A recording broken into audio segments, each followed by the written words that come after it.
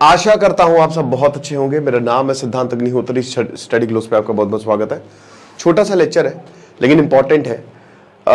देखिए, ईरान और अमेरिका के अगर आप इतिहास की बात करो तो काफ़ी स्ट्रेंड है, ठीक है, बहुत अच्छा तो है नहीं। इराक जहां बात करते हैं तो सद्दाम हुसैन एक सुन्नी, 1968 में बात पार्टी जो है वो पावर में आती है, सद्दाम हुसैन पावर में आता है। अमेरिका ने ही सद्दाम हुसैन को खड़ा किया था, वैसे आपको बता दूं।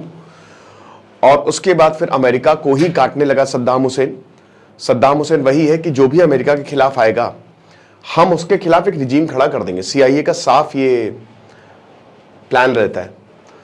और अब सद्दाम हुसैन जो है वो है नहीं, उनको फांसी दे दी गई थी 2006 में। अमेरिका घुस गया था 2003 में और सद्दाम हुसैन को एक बंकर से निकाला, फांसी दे गई, बहुत बवाल हुआ। तब से लेकर अभी तक इराक में अनस्टेबिलिटी है, क्योंकि 5 साल बाद 2011 में अरब रेवोल्यूशन, अरब स्प्रिंग आ गया और इराक में आईसिस पैदा हो गया। अब जब आईसिस पैदा हुआ तो अमेरिका के लिए और लेने के देने पड़ गए। अब क्या है कि अमेरिका जो है इस समय लिमिटेड ट्रूप्स, क्या बहुत ही कम, 2500 के करीब अमेरिका के ट्रूप्स हैं इराक में। और बाकी इराक के जो आर्मी फैक्शंस है, इराक में अभी भी सिचुएशन स्टेबल नहीं है। इराक में बहुत सारा एरिया अभी भी आतंकवादियों के चपेट में है और आईसिस दोबारा से आईसिस जो है वो सर उठा रहा है। कुर्दों को ऐसा धोखा दिया अमेरिका ने। कुर्दों ने बड़ी मेहनत करके अपना कुर्दिस्तान मांग रहे थे, अमेरिका के साथ आईसिस को खत्म किया, बाद में भाग गया अमेरिका छोड़ के उनको।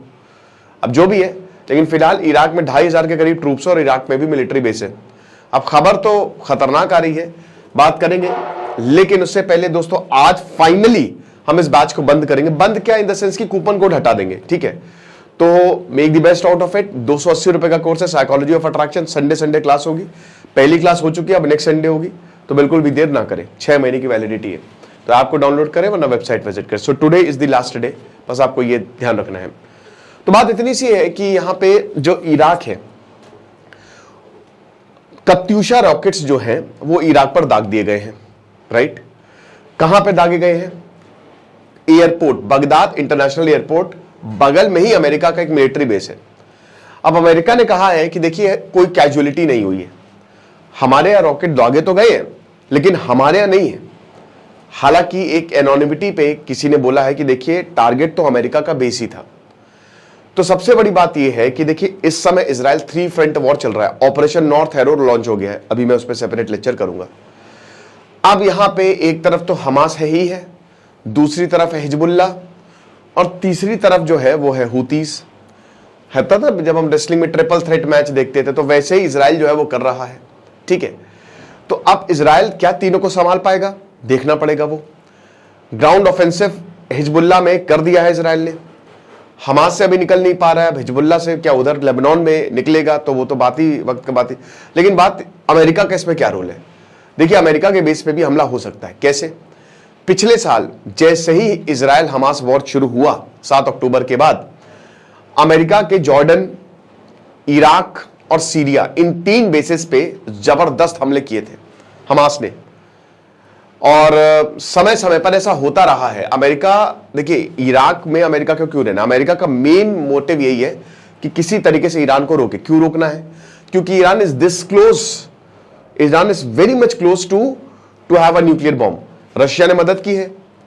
तो अब क्या है कि अमेरिका को इराक की इसीलिए जरूरत है, वो पूरी दुनिया में मिलिट्री बेस बनाना चाहता है। अभी मैंने लेक्चर लिया था, उसका डिस्क्रिप्शन में कमेंट बॉक्स में लिंक भी दे दूंगा कि क्या भारत में भी मिलिट्री बेस होगा। उस समय मैंने आपको इतिहास बताया था अमेरिका का कि पूरी दुनिया में इनका मिलिट्री बेस है और उसी से ये पूरी दुनिया को कंट्रोल करता है। क्या आपको पता है कि साउथ एशियन और साउथ ईस्ट एशियन नेशंस में अमेरिका के कुछ देशों से तो ऐसी ट्रीटी है कि तुम पे हमला तो हम पे हमला, इंक्लूडिंग ताइवान एंड फिलीपींस, है ना, जापान के साथ भी, कि अगर तुम पे हमला हो तो हम पे हमला माना जाएगा। जर्मनी में सोचिए, वो जर्मनी जिसने अमेरिका की बैंड बजा दी थी, अमेरिका की तो नहीं खैर, लेकिन जहां से हिटलर आता है, अमेरिका में सबसे ज्यादा ट्रूप्स अपने वहां पे रखे हुए हैं। मतलब सबसे पहले तो जापान आता है ना, कि तुम अपनी इकोनॉमी पे फोकस करो, हम ट्रूप्स। अब बदले में अमेरिका को क्या मिलता है? अमेरिका हथियार बेचता है, साथ ही साथ अमेरिका को उस एरिया का एक्सेस मिल जाता है ना। जिस तरीके से ब्रिटिश ने पूरी दुनिया में कॉलोनीज बनाई, अमेरिका ने पूरी दुनिया में मिलिट्री बेस बना दिए।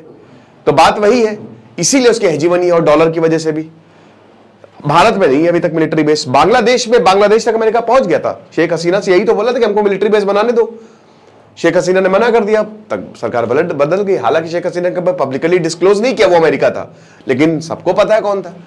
भारत ने अभी तक ऐसा नहीं किया, लेकिन भारत ने जो अभी बेका है, कॉम कासा है, ये जितनी हमने ट्रीटीज साइन की है, लेमोआ है, और अभी भी हम यहां पे गए अमेरिका, पिछले साल स्टेटमेंट आया, उसमें military base limited, military proper base नहीं, लेकिन अगर जरूरत पड़ेगी तो अमेरिका आ सकता है।